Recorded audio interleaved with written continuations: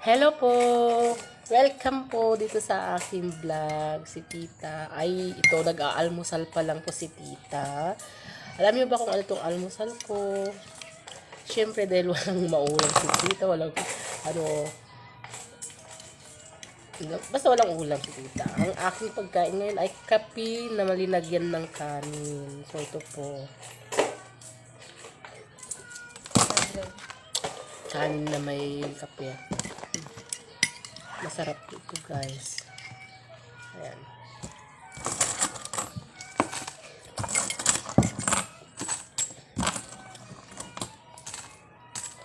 Yung aking anak yung barya-baryang iniipon pinalitan ng buo. Di mabigat yung wallet ni mama. Para mas marami. Mas marami.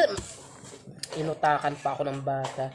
Mas maraming coins yan. Puro coins. Nautakan na naman ako.